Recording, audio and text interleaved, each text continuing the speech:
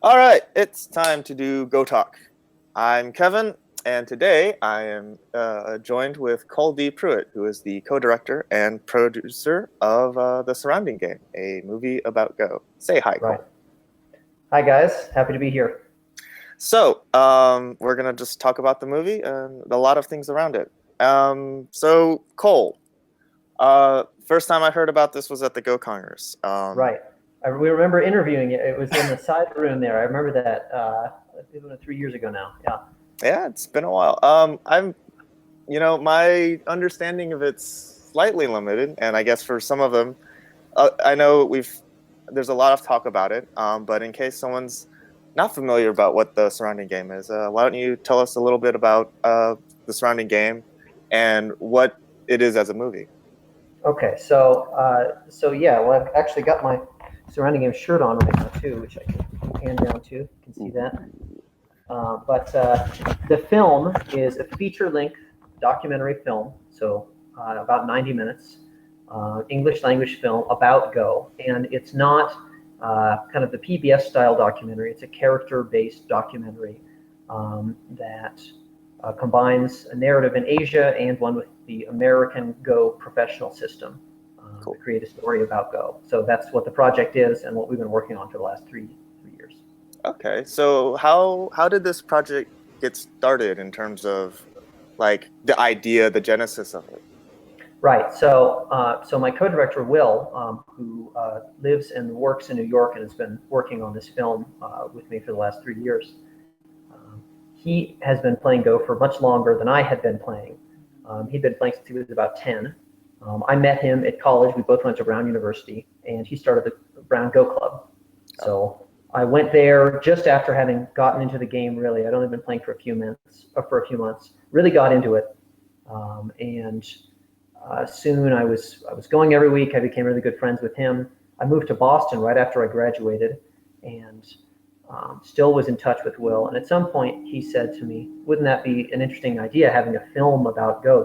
We're always amazed, especially as I was coming into the community, how poorly it was recognized nationally and internationally outside of East Asia. Mm, Um, even not even that people weren't playing it, just that people were completely unaware of it. That was still very surprising to me.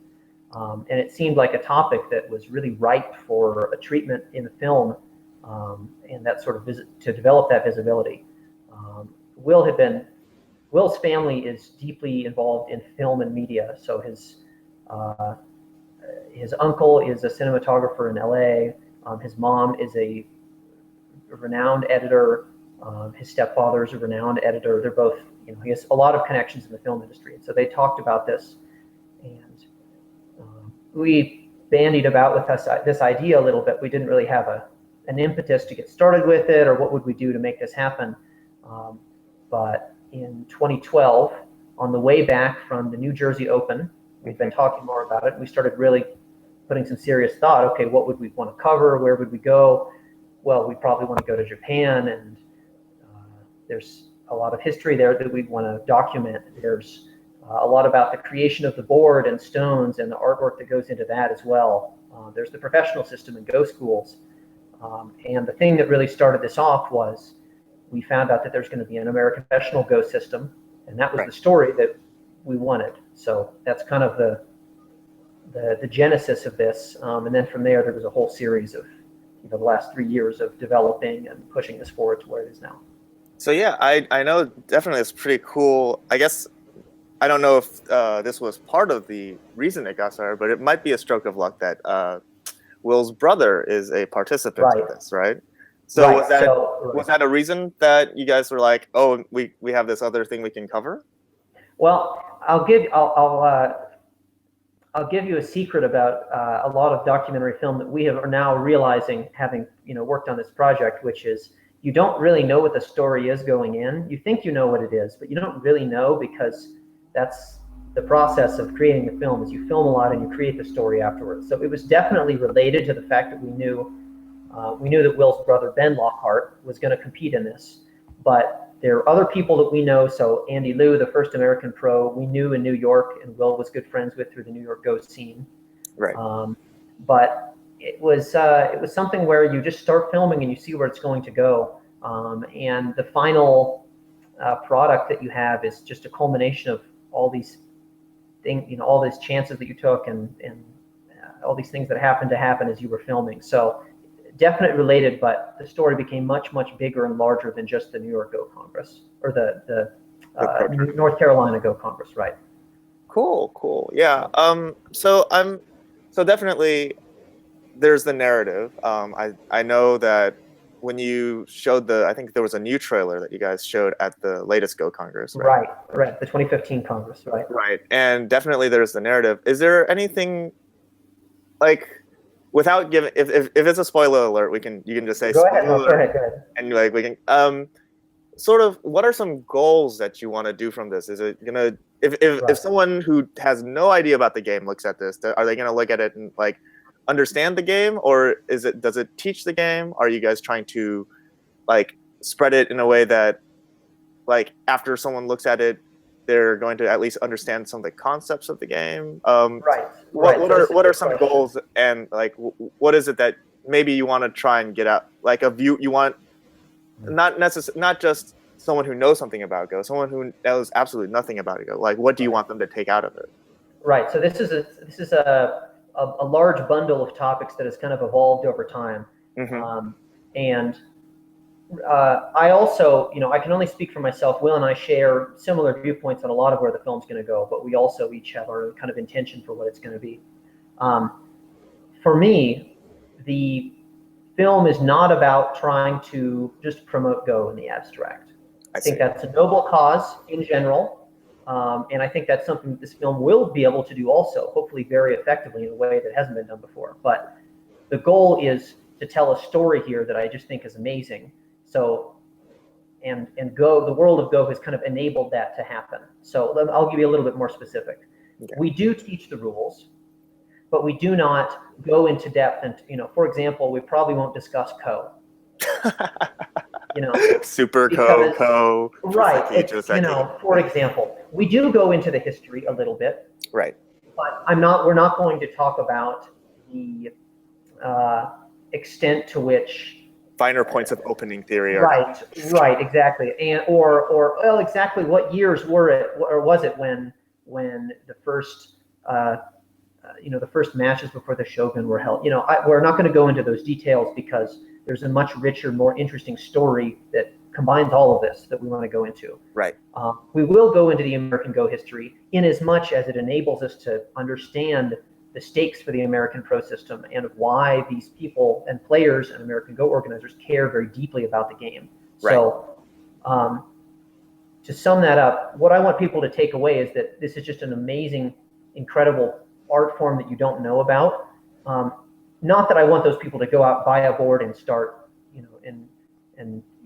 start reading James Davies. That would be great too. That's fine.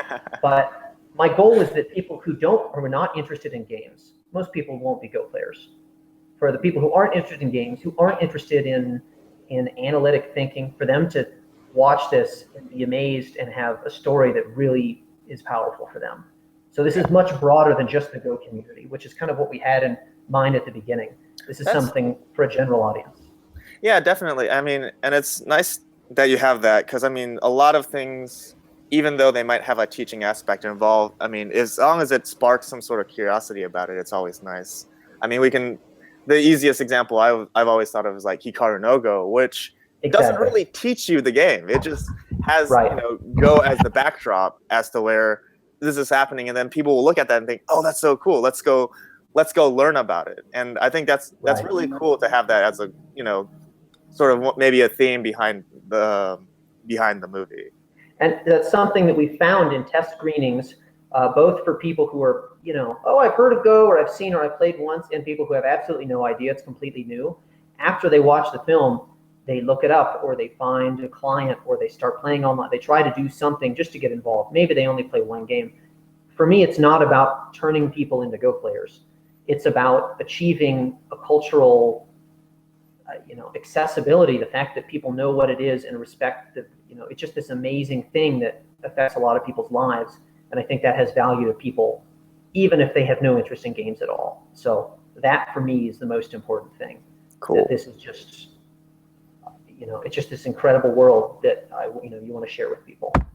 So outside of the movie, do you ever have an issue with like trying to maybe explain Go with like showing it? Like, do you have your own like 5-minute pitch, or maybe just like I've had this thing where if I show someone a game or let's say at a Go club, someone shows up and is like, what is this game? And you're like saying, you're trying to draw out like, okay, I'm trying to surround this. He's trying to surround this. You're trying to attack. It's actually, do you have a way to explain it? All right. Well, I have a few go-to points. And for me, it really depends on the person I'm talking to. Sometimes you're right. Sometimes who walks into the chess or into the Go club? Sometimes it's a chess player.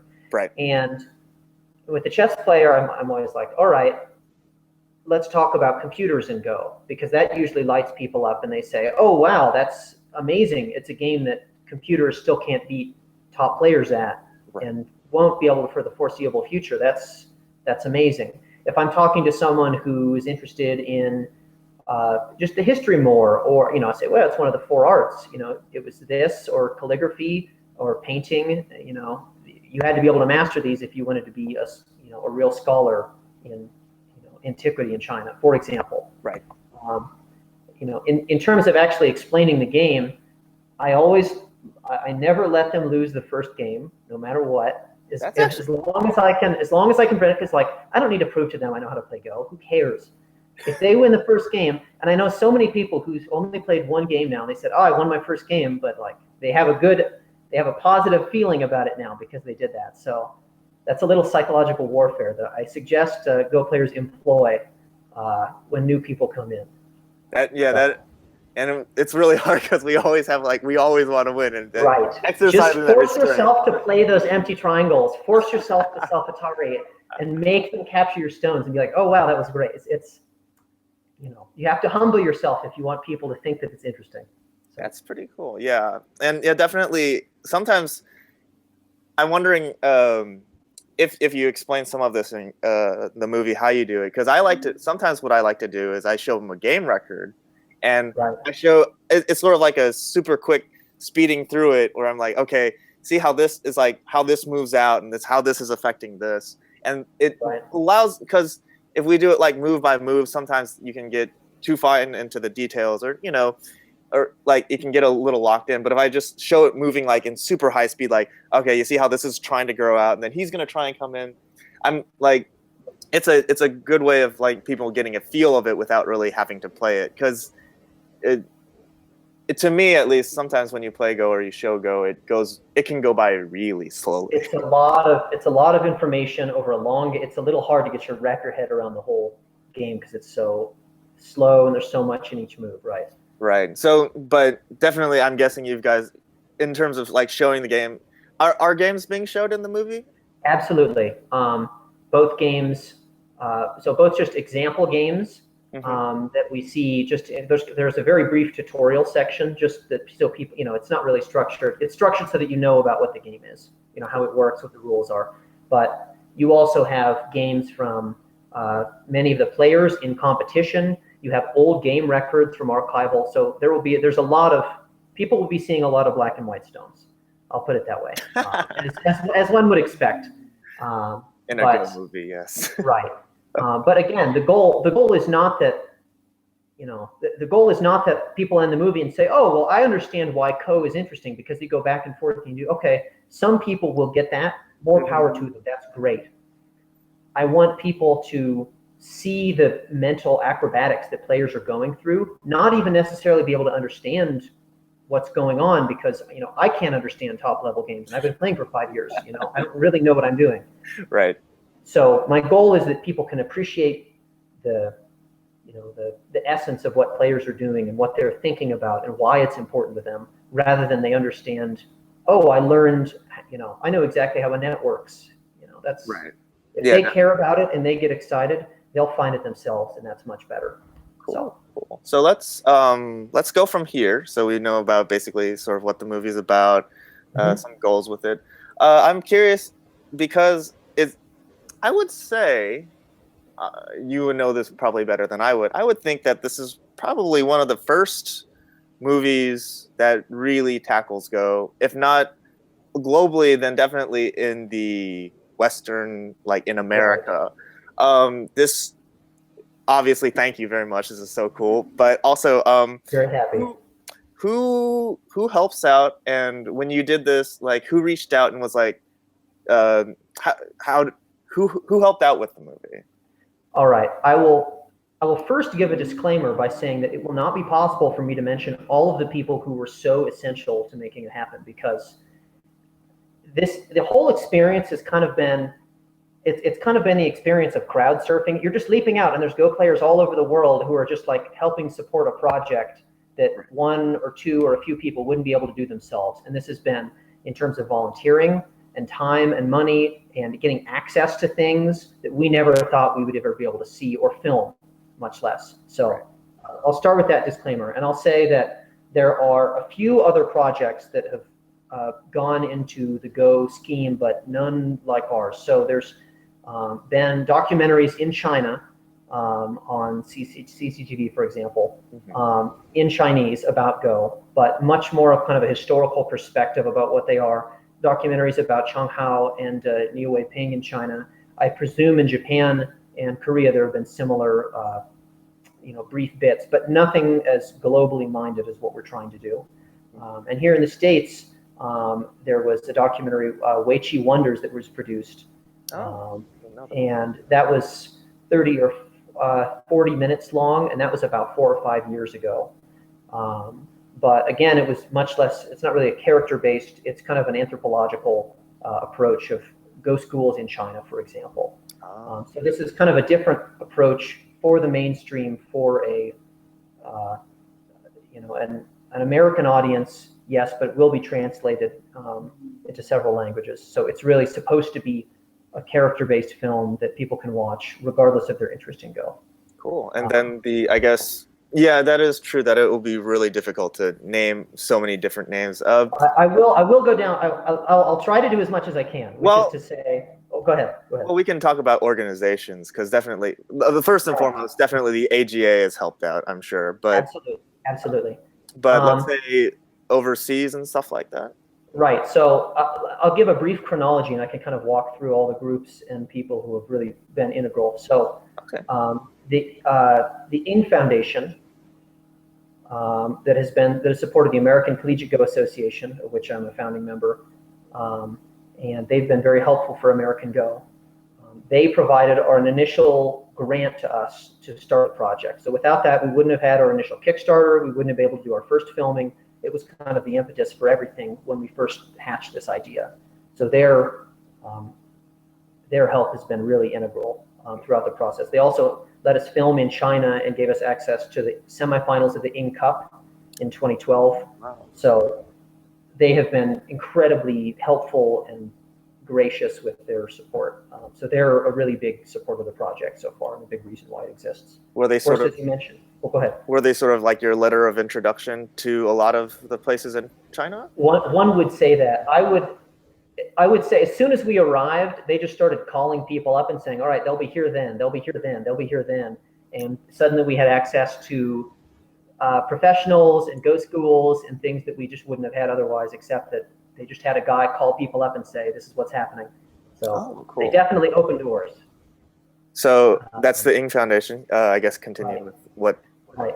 The AGA, of course, has been tremendously helpful, both as an organization and individually.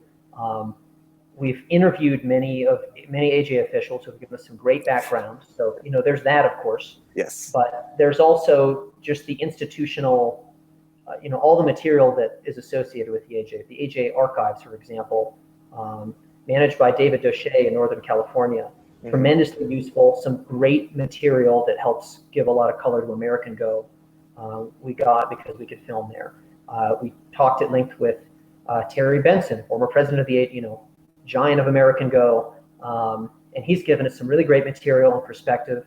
He's helped us out in getting context to other people and giving us feedback on the film itself. There's of course, Will's family has been incredibly supportive also. So when I was living in New York also, I stayed with them for some period of time. Then there's also, let's see who else can. So the AGA as an organization has been extremely helpful. And individually, many of the people who run and are involved in the AGA have helped us by giving us archival material or donations or time, helping us at the Congress getting access to things. So it's really been a group effort. And I can't also take anything away from the international support that we've gotten also, both when we were traveling in China. So for example, from the Shanghai Holiday Weiqi Club, which made a big donation and helped us ferry us around Eastern China. International donors in Europe also, who have provided a big hunk of funding for the film. It's Ken Kansky, who developed our website, a volunteer web developer who came onto the scene and created the website from scratch and ran it out of the goodness of his heart and his help for his desire to help the project. So, I'll stop because it's the list is interminable, but you get my point. But also, I'm guessing like the Nihon Kin and maybe I don't know what the Korean who all like in Japan and Korea, any big what are the big foundation or organizations that might have helped? The Nihon Kien, we got to visit also and tour and film there. And Tom Urasoe, who's their overseas department manager contact, was instrumental in scheduling our visit there, and he helped us. He toured us around the building, and so that was extremely valuable. He pointed us where we should go around Japan when we were there briefly, and also the Korean Baruch Association. While we were there, they similarly gave us access. We got to interview Lisa Dole while we were there. We met other top players while we were around. They pointed us around the country. To various other places where we could interview ghost schools that were there. So they were. We interviewed at Baruch TV. We both interviewed them, and they interviewed us at Baruch TV, which was great. But again, to be able to get access to a 24-hour news coverage, news covering institution about Go, that says a lot about how important it is in the culture. And to take that and put that in the film is really good for us too. So. A lot of people. Right. A lot of people and a lot of organization, there's sometimes it's also just people that we saw for one day who helped translate one thing. And that sometimes those things turn out to be some of our best footage. Cool. So with all, really know. So with all the access that you were given, is there anything outstanding? Maybe something behind the scenes or something that you saw that you're like, oh wow, I never thought I'd be able to see that, or I'd like, oh, that is so cool to see. I know I visited the Nihon Kin once, and then one of the pros there allowed me to show the Yugen no Ma, which is the famous place that they play, and you see it in like Car no Go and all these things. Is there anything that you saw, maybe either had access to, saw, be it a place, a thing that really, like, when you saw it, you were like, oh my gosh? I can think of a bunch, but I have one for you that's pretty good that I don't think I've mentioned before.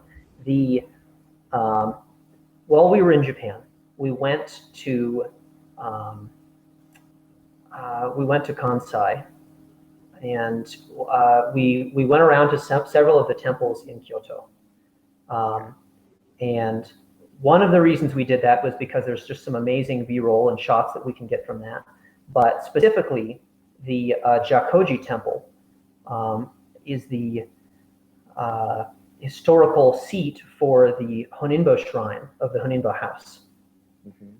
And so outside this temple, which is just gorgeous and has been around for hundreds of years, there's and we have some footage of this. I don't think it will end up in the final film, so I feel a little better about telling you about it. But there'll be special features, I'm sure. Right, absolutely right. This is definitely special features material. Inside, we met a few monks who were caretakers of the Honinbo Shrine.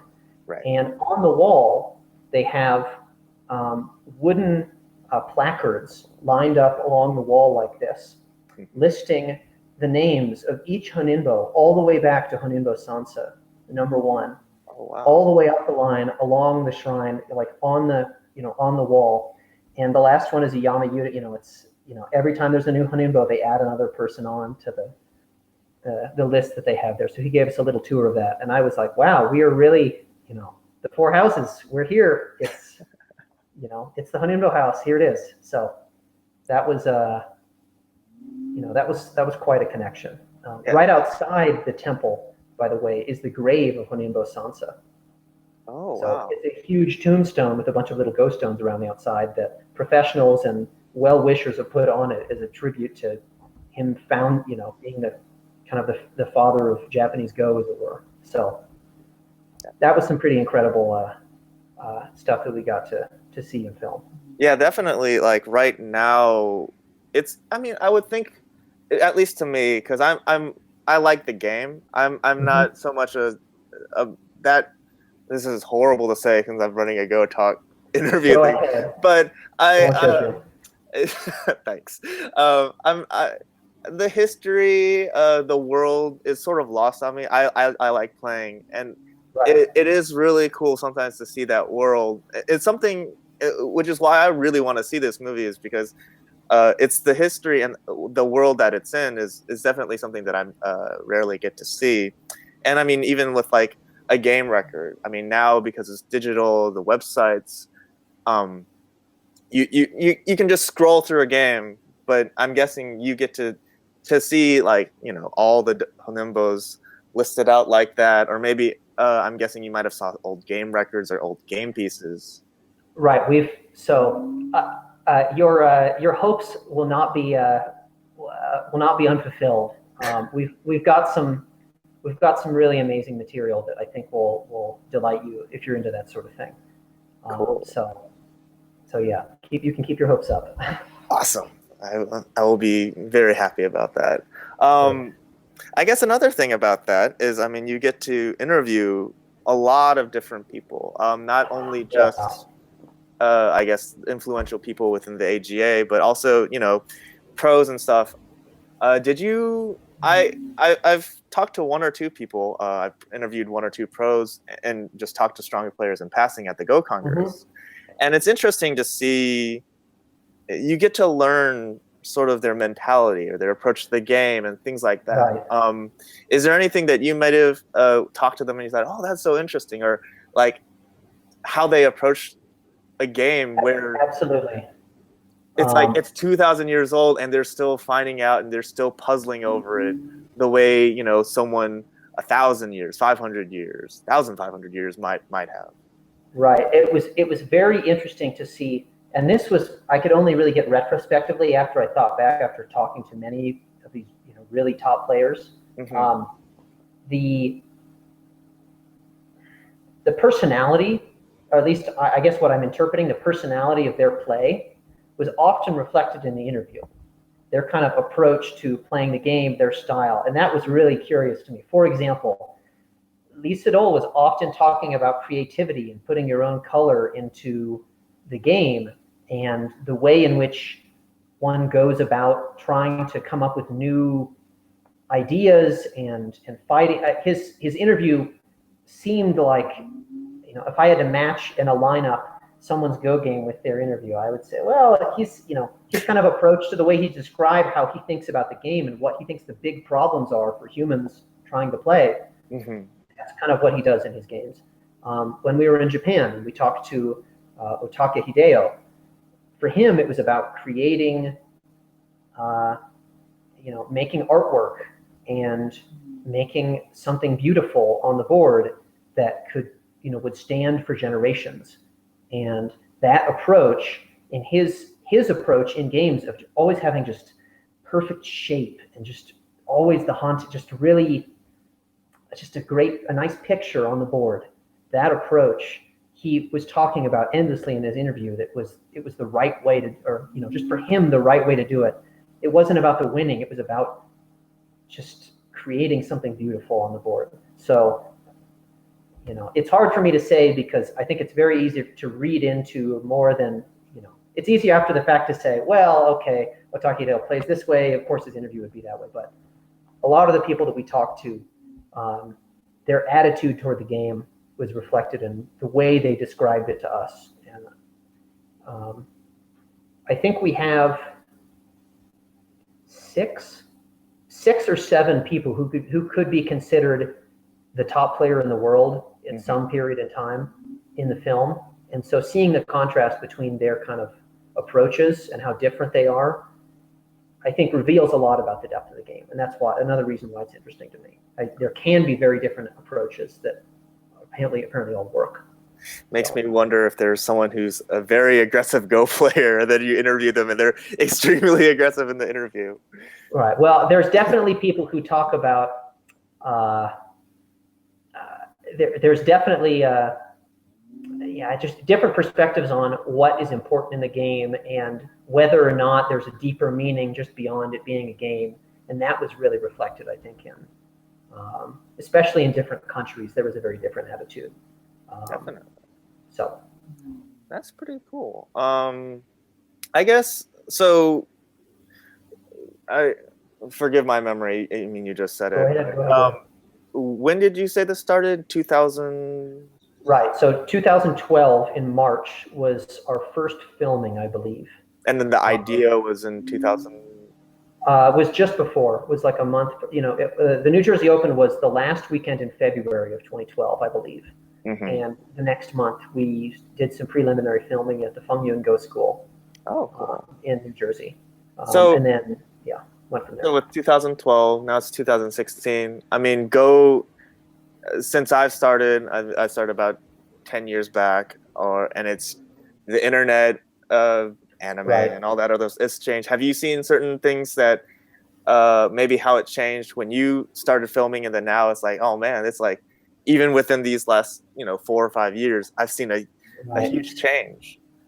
It's interesting. I think that we're reaching a critical mass of Go in the U.S. and in Europe in two ways. One, in that I think the start of the professional systems has added a legitimacy to those to the national systems there, and really provides a base for that to become a real competitive sport and raise the level of players in those areas. So I think that's one thing that, of course, that's part of the story of the film. So that has changed, but there's been a big development. And the second is just recognition of just the average of the public, of the average person that you talk to. Of course, my experience is limited since I only have a 5-year window to look at to judge from the start to the end. But when I talk to ACGA organizers and people who've been in the Go community for a very long time, their feeling is that the last, there's a lot of changes that are happening, and it's much more likely when you say, it's a film about Go, or, oh, I play Go. People on the street may not play, but they'll say, oh, isn't that game that I heard about once, or, oh, I saw this one time. That's much more likely. And that's, I think, a really good place to be in, because it's that sort of cultural penetration that you need if you're interested in promotion, or if you're interested just in awareness. You need that critical mass so that articles get published about it, so that people recognize it. If I say it was a grand slam, you don't need to know how to play baseball or know any of the rules to know that reference. Right. Because it's part of it's part of our language. Right. But that has not happened for Go. But we're building an undercurrent, and I think it's getting fairly close. I don't think it's going to take too much more before that opens up. Yeah, definitely. I mean, like now, it's great because I mean, there's always those ghost sightings you see and things, and you see it. I mean, sometimes you can say, oh, it's the game in the Beautiful Mind or Tron, or they might mention it in passing in maybe an internet forum like Reddit or something, or even like a Wired article when they talk about games and I think you're right about that. And even now there are like some famous people who play other games who get into Go. I mean, there's a few people who play like League of Legends who are famous that are getting into it, or StarCraft or something. Or, I mean, I think the funnier thing is when you introduce chess people to Go as well, and like how they might also be exposed to it. Have you had experience with that with like maybe a chess player who learns Go? I'm a recovering chess player. No, I love chess. I played chess for many years when I was younger. That was like the game that I knew. There's a lot of people that I know who were chess players that got into the game, kind of sidled their way in through chess.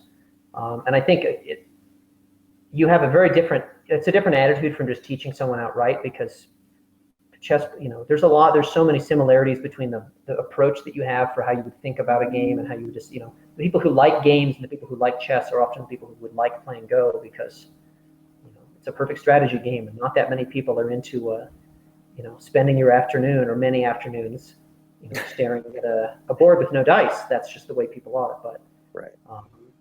So I think, I don't know, I think this is a good example that everyone knows how many people play chess in the US. Really, they play once a month. 2%, maybe 5%. I don't know. 5% Right. sounds crazy high. I don't know. And yet, if I say checkmate, that's 90% of people know what I mean when I say it. So I think it's not about, and that's, I think, just the cultural legacy of chess as a, that's come out of Western Europe. And I don't think that just hasn't happened for Go yet, but it's so, you see this on the edges of, people know what Atari is because of the games company. People people have seen, these other films or references. People have heard about it once. And so I don't know, it's very exciting to be on the cusp where, well, maybe 5 or 10 more years, or some more big things, and it's something that people are aware of. Yeah, definitely. So let's talk about you and Go, and I guess how you got started. And I actually, before we get to that, I'm actually really curious, since we're on the topic of chess, what is it about Go? What does it feel like as a chess player who transitions into Go? I hear about some of it. There's like a famous Radio Lab thing where they say there's a lot of stuff where people at a high level play, there's a lot of memorization. There's openings that you just have to know and just adhere to sometimes. I might be wrong. Tell me if I am. But and then playing something that's on the book as opposed to off the book, where it just completely, it's been played before. And then let's contrast that with Go, where you might have the same opening, but it's very hard to have the same game twice based on how you see something, how your opponent sees something. How does it feel being a chess player and jumping into Go? Like, how did it feel to you? Just sort of. That's a good question. I think it's funny, actually, and just as an aside, I definitely enjoy chess much more now that I do play Go, because Go's built my reading out so much, and that's transitioned over to, I can just read a lot further in chess than I was able to before, because I built that muscle in Go. So, cool. So that's just as an aside. But I think my attraction to chess was originally similar to my interest in Go. Of course, I love games of all sorts. These are great, deep, intricate games that you can really invest in and really learn a lot from. Okay, everyone is in agreement on that, or I would hope. Everyone is definitely not in agreement on that, but both sides are good in my opinion. But I think the thing with chess that eventually turned me off, I got up to a level where I had learned some, a few, a very paltry number of openings, a few dozen, maybe 50. And at that point, I realized there was a great deal of memorization that I needed to do. Not that you have to memorize 10,000 openings to be able to enjoy playing chess at all. I still don't know really any openings, and I love playing. But with Go, I could immediately feel the depth, and that I would never need to. I just never felt any pressure. All I need to memorize the sequence, and that was really liberating. And the other thing that I liked was the purity of. I still can't believe how simple the rule set is, that you get that level of complexity. And I think the more you learn about the game, you appreciate that more and more. So that was a big draw to me. And I think in chess, it doesn't feel like the same caliber of game as Go, because there's an arbitrariness to the rules. The depth, there's still a great deal of depth, more than any single human mind can figure out, but it's constructed a little bit. And I love the fact that in Go, I don't know, there's just 30 stones of depth. Yeah. That's unbelievable. And so I'm obviously preaching to the choir here. This is a Go podcast, but broadcast. But that just, I don't know, that intellectual appeal to me, apart from just the joy of playing, is really appealing. To be able to say there is this depth, but that simplicity, it's just very satisfying in a really deep way. Yeah, I completely agree. I mean, one of the interesting things was I have a teacher, and sometimes we'll talk about, an opening or a Joseki, and she says, you did this wrong. There's a better one. It's fine. Or Right. you don't need to know this Joseki in order to win the game. In fact, a Joseki will rarely ever win you the game unless they Right. just completely bork it up. But, there's an interesting amount of freedom where it's you're at a relatively high level. I think you're KGS 1 Dan ish, right? It's generous for you to say that's a high level, but I will take it. Thank you. I think it's a high level. Thank you. I appreciate it. Thank you. But Yes. I mean, you've sort of can get that feeling of, oh, there was a point when I realized, oh, I can play anything.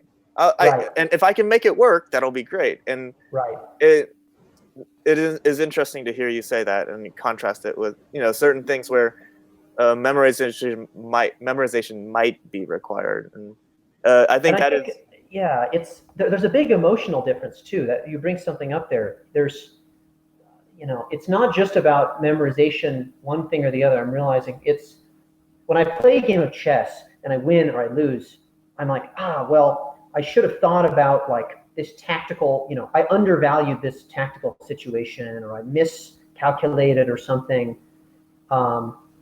Yes, that happens in Go to. Oh, I didn't read this. My life and death needs to be better. Or I just my sense of thickness versus territory. Something is off.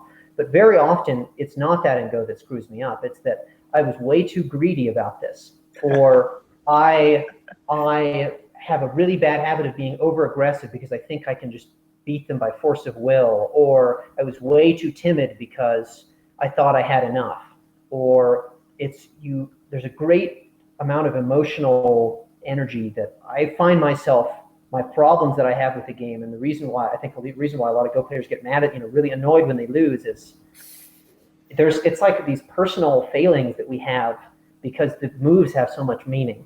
Yes. And so it's very hard. It's very hard to deal with that every time you play a game, to reveal those kind of just faults that you have and try to work on them and improve them. Of course, one can just say the game's reading. There's nothing emotional at all about it. It's literally a perfect information game. Mm-hmm. You could win just with perfect reading, but it doesn't feel that way. Chess very much feels more tactical and more cerebral in that way, in just purely reading and valuing a situation and having an intuition of the value of relative position. I don't know. In Go, I find myself simultaneously frustrated but also satisfied. It's a big mix of different emotions, and that is really rare in a game. I don't think I found any other game that you had that mix. So. Cool. I also want to talk. You just said something that you're part of the ACGA. Right. And are you still an active member? Absolutely. 2 weeks ago we ran. 3 weeks ago now. 4 weeks ago. Yeah, 3 weeks ago we ran an event in Boston, the Chang Qi Cup, hosted by the Harvard Go Club and the American Collegiate Go Association. So let's talk about that. Mm-hmm. How did that go? And I mean, how did you guys get that all started? And get because it's a pretty big event in China, and to have the fact that it's happening in Boston is pretty impressive. Like, how did that happen? Right. So we've been working with the Ing Foundation for the last several years, the last 3 years with the ACGA specifically.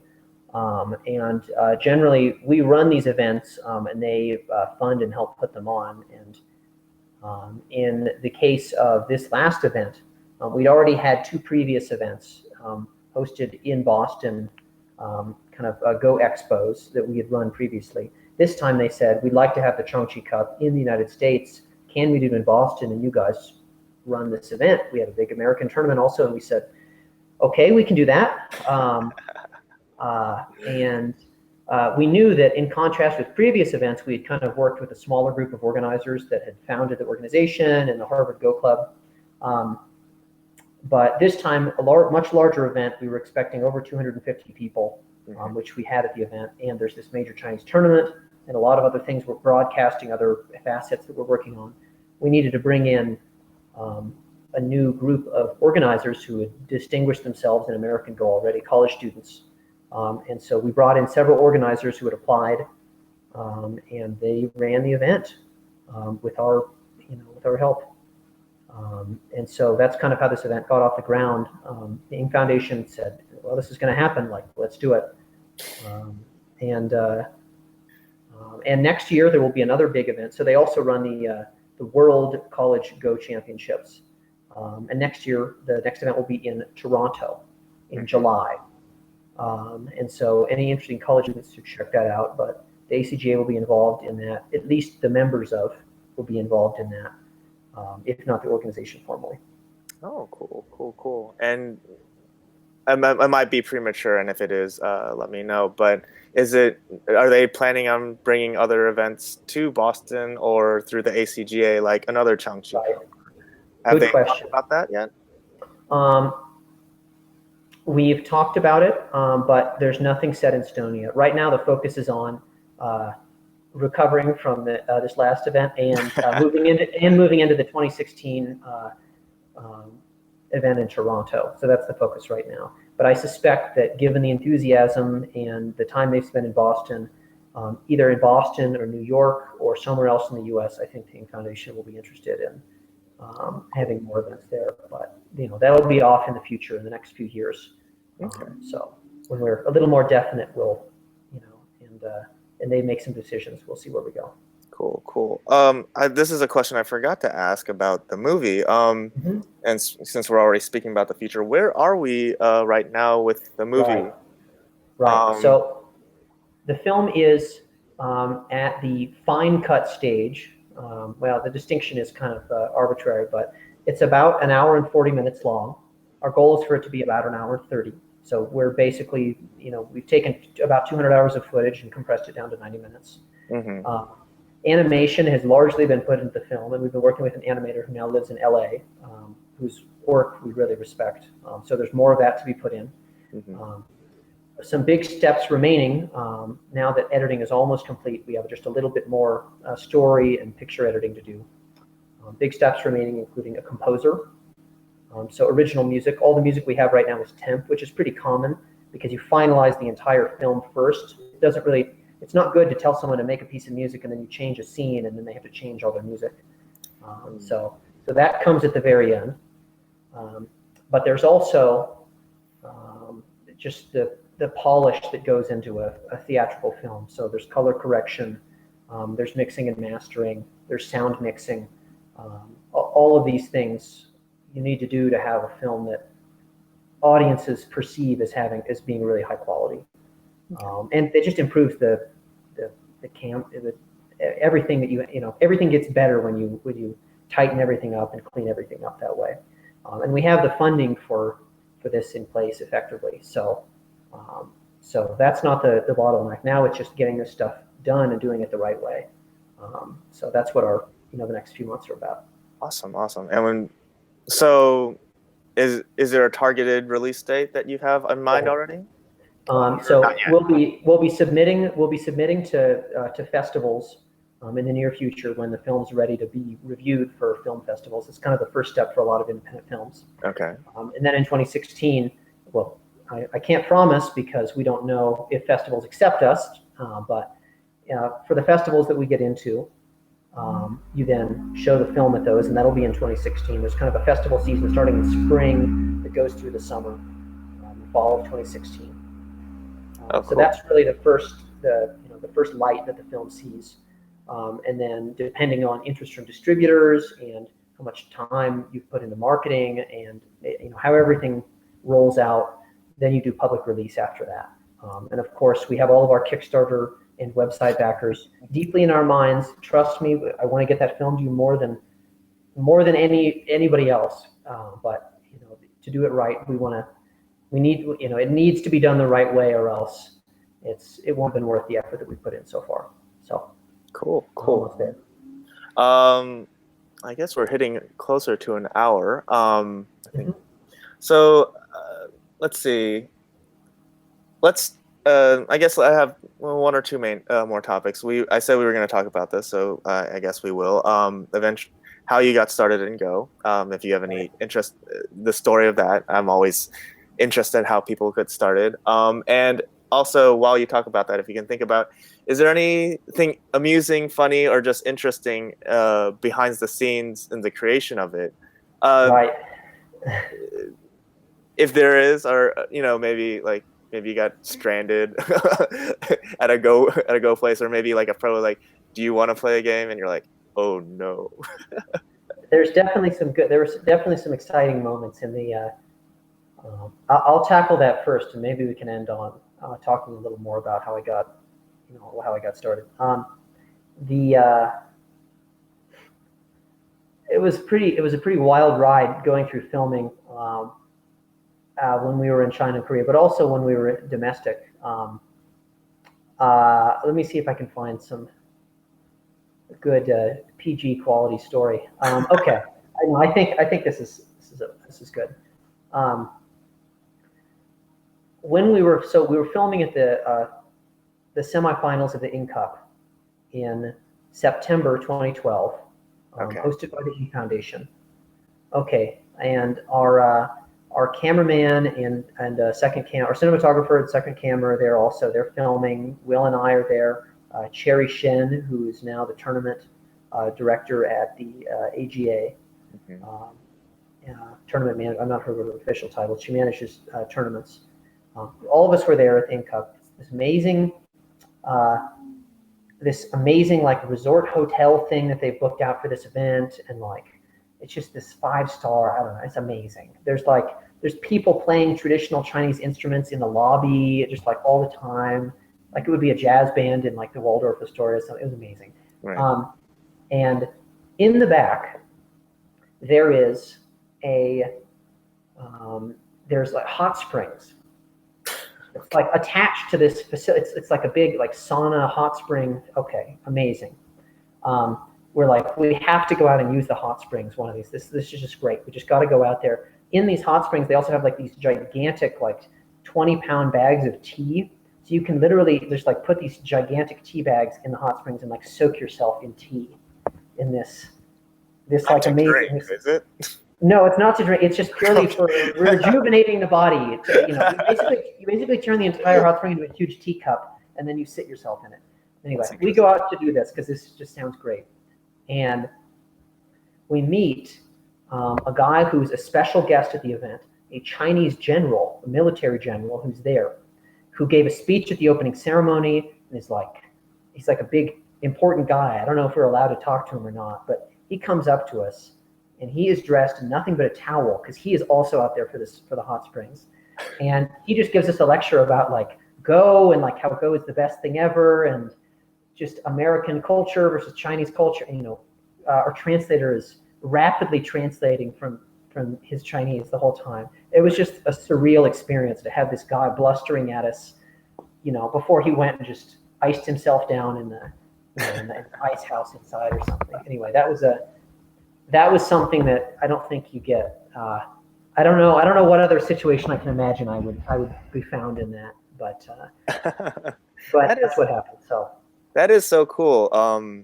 pretty wild. I talked with Andy Oken for the last episode, and we talked about he raised a really interesting point, and it's interesting. I think it's cool that you talked about that there was a general who said this, and he said, a lot of the people who really push Go and are benefactors for this game are lovers of the game and are really passionate. And I think it's so cool that, while this is a pretty funny story, but also that you just ran across, some of the people that are really interested, that are really pushing it forward, are these people who really love the game and are really passionate, that you will be talking to a general in his towel, and he's just like, dude, I've got to tell you about Go and how cool it is and how we can spread it. Right. I mean, the thing too is he wasn't that strong of a player. I think we we saw him in the review in the next few days when they're reviewing the pro games. Maybe he's, my level or something, or somewhere around there. He's not he didn't go to a professional school or anything. He just can't get enough, and that's why he was there for that event.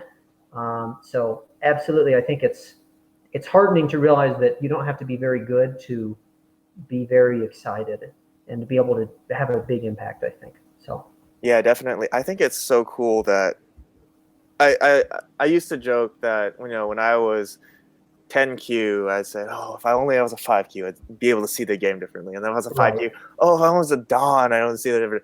And then I was Dawn, if I only was 3 Dawn, I could see the different. And I once asked this Francis Meyer, who is now currently a pro. When I met him, he was an insane. I said, you're this, you're this person who's been through the insane, you're becoming a pro.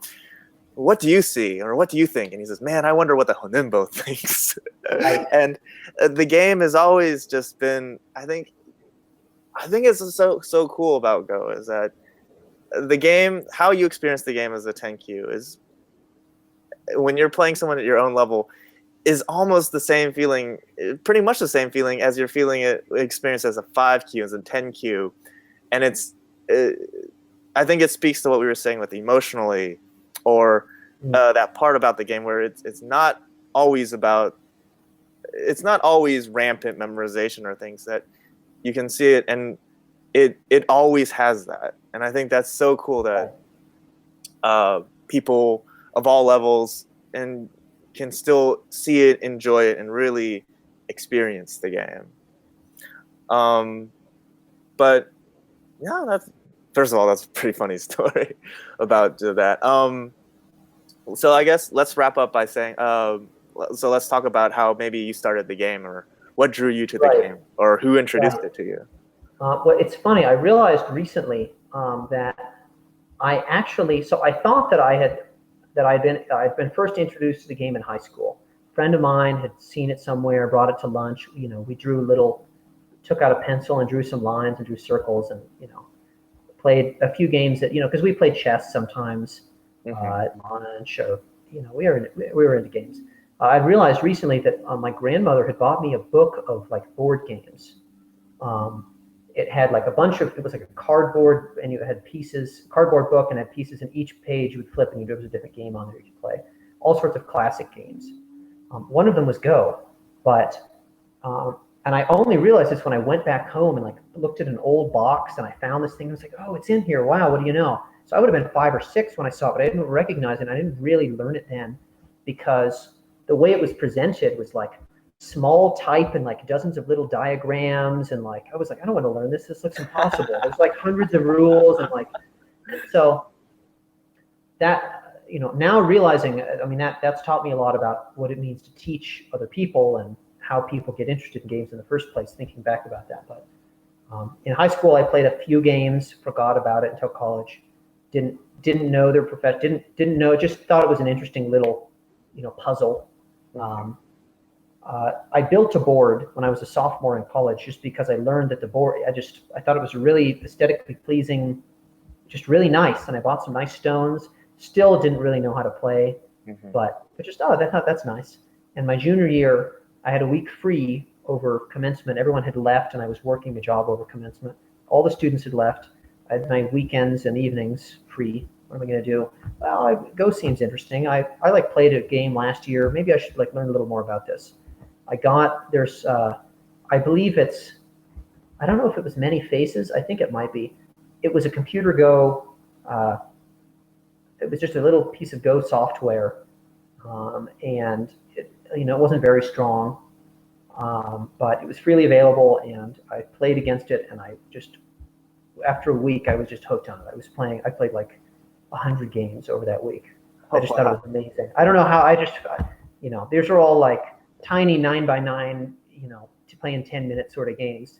But it was amazing. And after that, I joined the Brown Go Club, and so it was funny that it took 3 or 4 seeings of iterations of it before I finally saw it. And so I realize now when I teach people, it's not about me convincing them to go out and buy a board at the end of the day, or it's the greatest game ever, you have to play it. Exposing, showing something and showing someone why you're interested in it is enough. um, and making sure that they're not intimidated by it, because that's the flip side of something being so deep and so intricate, is that you don't tell people like, oh, let's you're going to spend years dedicating your life to this. No one's interested in that, but oh, let's play a game. That's a lot more fun. That's interesting. Yeah, I've never thought of it like that. Definitely, sometimes, I mean, getting outside of a go, you can always show them like a really amazing drawing, and they'll say, "That's a really cool drawing." But if I go right into, well, this is what the artist was thinking. These are the central themes. They might get intimidated, and it's like, I just want to enjoy the drawing. And so that's actually a really interesting way. I've never thought of it like how to get people interested in and it speaks to the movie, definitely, of like what your one of the goals maybe. But yeah, just to show them and let them say, this is this really cool game that we all band together and find interesting, and then maybe one day it'll trigger them to think, oh yeah, like I've seen it enough. Now that I know what it is, I'm actually seeing it more and more, and like you said, we're in this critical mass where more and more people, even at our club, will say, oh yeah, I know, like who walk by our club will say, oh yeah, I know this game. It's like, do you? It's getting that point where they'll say, okay, well, let's pick it up. And so definitely that's pretty cool. So anyone who's here maybe wants to know a little bit more about Surrounding Game or the progress, where can they go to see you or follow you? So you can go to surroundinggamemovie.com. That's our website, surroundinggamemovie.com. And you can find information about the film there. And you can also sign up there for our newsletter. We have a mailing list. And once every couple months or so, we send out a message to everybody, just progress updates, sometimes a little piece of footage, stuff like that. You can check us out on Facebook also. And we are often at Go events in the US, just floating around. Always feel free to come up and talk to us. We are still taking donations for the film and pre-orders if you're interested, but that will not last very much longer because we're going to be changing the website and going into distribution mode very soon. So those who are interested, you can always also just email us, either me or Will, at surroundinggamemovie.com, just with questions or whatever you want to say. We're always happy to hear from people interested. Cool. That sounds great. Well, thanks again, Cole, for having us do this talk, and I look forward to seeing what you guys do. Thanks again. That's a great pleasure, Kevin. Thanks very much. All right. Bye, guys. Thanks, everyone.